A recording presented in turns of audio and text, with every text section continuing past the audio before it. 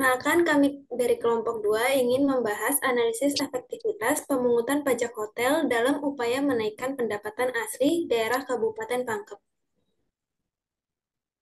Pajak merupakan kontribusi wajib yang bersifat memaksa dari rakyat kepada negara, tanpa imbal balik langsung. Salah satu jenis pajak yang signifikan bagi keuangan daerah adalah pajak hotel. Penelitian ini bertujuan untuk menganalisis efektivitas pemungutan pajak hotel di Kabupaten Pangkep sebagai upaya meningkatkan pendapatan asli daerah, dengan fokus pada data kinerja pemungutan dari tahun 2019 hingga tahun 2020. Ini penting karena PAD adalah sumber keuangan utama untuk pembangunan daerah, dan mengoptimalkan penerimaan pajak adalah kunci untuk meningkatkan kapasitas fiskal daerah. Pada tahun 2019, kinerja pajak hotel di Kabupaten Pangkep menunjukkan hasil yang menggembirakan. Dari target sebesar 21 juta rupiah, realisasi penerimaan berhasil melampaui target dengan angka 21.847.500 rupiah atau 104,4%.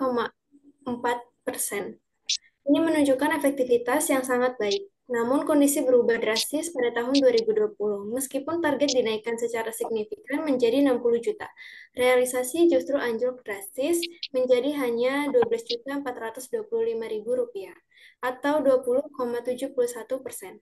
Penurunan efektivitas yang signifikan pada tahun 2020 disebabkan oleh beberapa faktor kunci. Peningkatan target penerimaan yang terlalu ambisius dibandingkan dengan potensi real daerah menjadi salah satu penyebab. Selain itu, dampak pandemi COVID-19 yang menyebabkan penurunan drastis jumlah pengunjung dan pemasukan hotel turut memperparah kondisi. Tak kalah penting, kurangnya kepatuhan wajib pajak juga menjadi kendala serius dalam mencapai target penerimaan.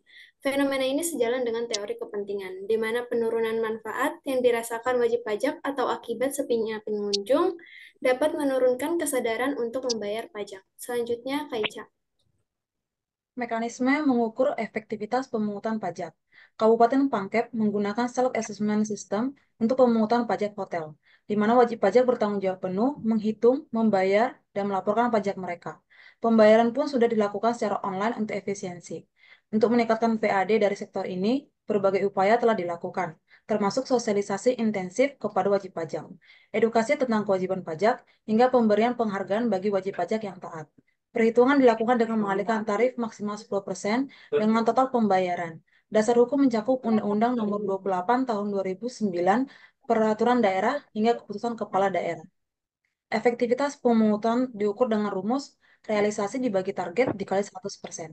Jika melebihi 100, jika melebihi 100%, maka sangat efektif. 90 hingga 100% efektif dan di bawah 60% dianggap tidak efektif. Dengan pengukuran ini, pemerintah dapat mengevaluasi kinerja pemungutan serta menentukan langkah perbaikan yang diperlukan. Beberapa studi menyatakan bahwa kontribusi pajak hotel terhadap PAD masih kecil, seperti diungkap Bangsa Adiningrat et al. 2017. Namun ada juga hasil yang positif seperti di Makassar, Ruwaliati et al. 2018. Kendala umum yang ditemukan adalah rendahnya kepatuhan, kurangnya fasilitas digital, hingga inkonsistensi regulasi daerah. Dilanjutkan oleh Al. Upaya peningkatan dan inovasi daerah. Berbagai upaya peningkatan PAD telah dilakukan seperti sosialisasi, edukasi, dan penghargaan bagi wajib pajak yang taat.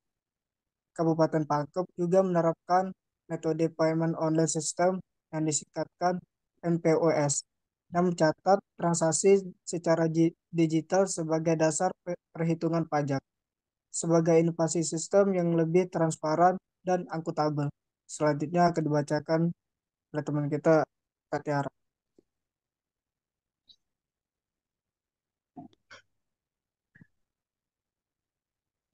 Untuk kesimpulannya adalah, secara keseluruhan dapat disimpulkan bahwa efektivitas pajak hotel di Kabupaten Pangkep menunjukkan pola yang fluktuatif.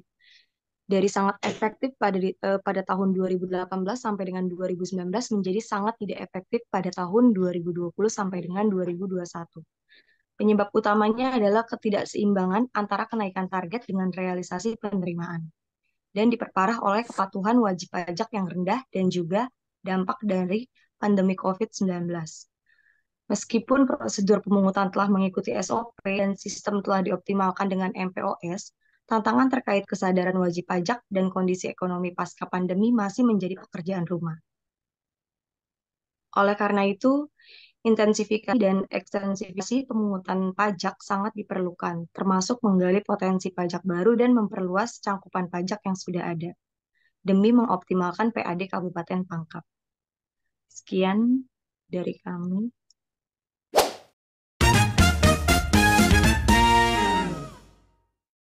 Halo Sobat Daerah, selamat datang di podcast Suara Pembangunan. Tempat kita ngobrol santai tapi penuh makna soal isu-isu lokal. Hari ini kita akan membahas topik menarik. Seberapa besar sih pengaruh pajak hotel terhadap pendapatan daerah? Dan kenapa ini penting untuk Kabupaten Toraja Utara? Yuk kita gali bersama Kak Tiara, seorang peneliti, dan Kak Al Ripaldi, seorang pengamat kebijakan fiskal daerah. Baik, untuk memulai perbincangan kita, boleh dijelaskan dulu Kak Al, apa itu pendapatan asli daerah dan kenapa PAD ini penting untuk daerah? Oke. Pendapatan asli daerah yang disingkatkan PAD itu adalah sumber penerimaan yang dihasilkan dan dikelola langsung oleh pemerintah daerah. Fungsinya sangat vital karena PAD membiayai kegiatan pemerintah, pembangunan, serta meningkatkan kesejahteraan masyarakat secara mandiri. Jadi, semakin tinggi PAD, semakin mandiri daerah tersebut tanpa bergantung pada dana pusat. Baik, lalu kenapa pajak hotel dianggap strategis dan punya potensi besar untuk menyumbang PAD, khususnya di Toraja Utara, Kak? Ya, karena Toraja Utara punya potensi wisata yang sangat kuat. Pada tahun 2020 saja tercatat ada 51 fasilitas akomodasi dari hotel berbintang sampai penginapan tradisional. Ini jadi peluang besar untuk mengoptimalkan pajak hotel sebagai salah satu sumber PAD. Kalau kita bicara data konkret, berapa sih sebenarnya kontribusi pajak hotel terhadap PAD Toraja Utara menurut analisis yang dilakukan Kak Tiara?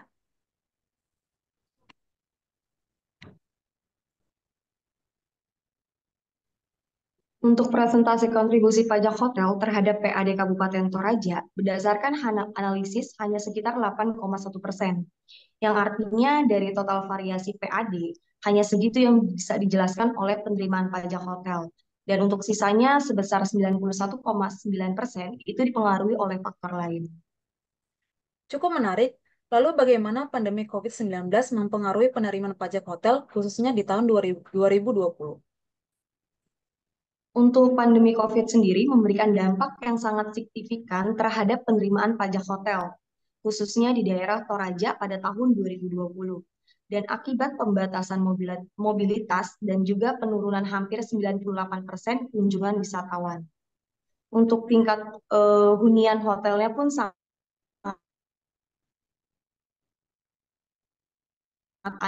anjlok.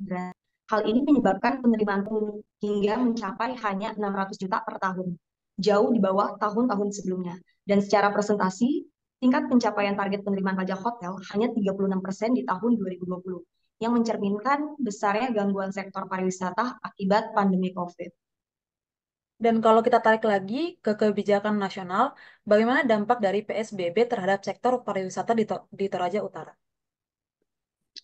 Untuk kebijakan PSBB sendiri di tahun 2020 sangat berdampak negatif dan juga signifikan pada sektor pariwisata, khususnya di daerah Toraja, yang langsung mempengaruhi penerimaan pajak hotel.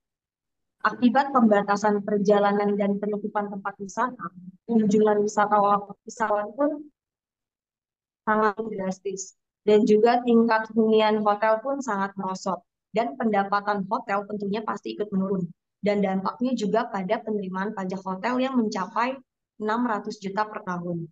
Dan untuk pencapaian targetnya sendiri, sama seperti yang tadi saya katakan di atas, itu hanya mencapai 36%.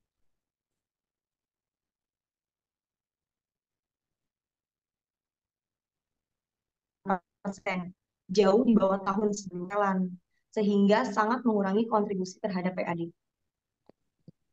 Dengan kondisi seperti itu, apakah PAD Toraja Utara pernah mencapai target anggaran dari 2016 sampai 2020? Sayangnya tidak pernah ya. Untuk target tertinggi hanya di angka 92% di tahun 2019 dan juga untuk angka terendah itu ada di 66% di tahun 2017. Dan untuk tahun 2020 sendiri kembali menurun sampai dengan 72% akibat pandemi COVID. Kalau dari sisi teknis penelitian, analisis regresi yang digunakan itu pakai indikator apa saja dan bagaimana hasilnya? Kami gunakan regresi linear sederhana. Salah satu ukurannya adalah koefisien determinasi R/2 yang menunjukkan berapa persen PAD bisa dijelaskan oleh pajak hotel. Di sini nilainya 0,081 atau 8,1%. Kami juga pakai uji T untuk melihat signifikasi statistiknya. Hasilnya tidak signifikasi. Hasilnya tidak signifikan. Artinya, secara statistik, pajak hotel tidak berpengaruh kuat terhadap PAD selama periode studi. Nah, dengan kontribusi pajak hotel yang hanya 8,1%, apa strategi praktis yang bisa dilakukan oleh pemerintah daerah? Diversifikasi, jangan hanya andalkan pajak hotel. Implikasi utamanya bahwa pemerintah Toraja Utara tidak bisa hanya mengandalkan pajak hotel untuk mendongkrak PAD secara signifikan. Mereka harus lebih fokus pada diversifikasi sumber PAD lainnya, seperti kontribusi daerah, pajak restoran, pajak hiburan, atau bahkan eksplorasi potensi pengelolaan kekayaan daerah yang dipisahkan. Selain itu, optimalisasi penarikan dan kepatuhan pajak dari sektor-sektor lainnya untuk menjadi sangat penting. Strategi peningkatan PAD harus lebih holistik dan tidak terpaku pada satu sektor saja, terutama yang rentan terhadap guncangan eksternal seperti pariwisata. Menurut Kak Tiara, kalau pandemi tidak terjadi, apakah hasil analisis akan sangat berbeda? Tentu sangat berbeda ya. Karena pada dasarnya tren di tahun 2016 sampai dengan 2018 itu menunjukkan angka kenaikan. Lalu pada periode studi mencapai di tahun 2020 di mana dampak pandemi sangat parah khususnya pada sektor pariwisata. Dan untuk pembatasan mobilitas menyebabkan penurunan drastis pada kunjungan wisatawan dan juga hunian hotel yang sangat langsung menekan penerimaan pajak hotel. Dan kemungkinan kalaupun tidak ada pandemi, mungkin kita akan terlihat kontribusi pajak hotel secara tren pasti meningkat dan koefisien regresinya menjadi positif dan juga signifikan.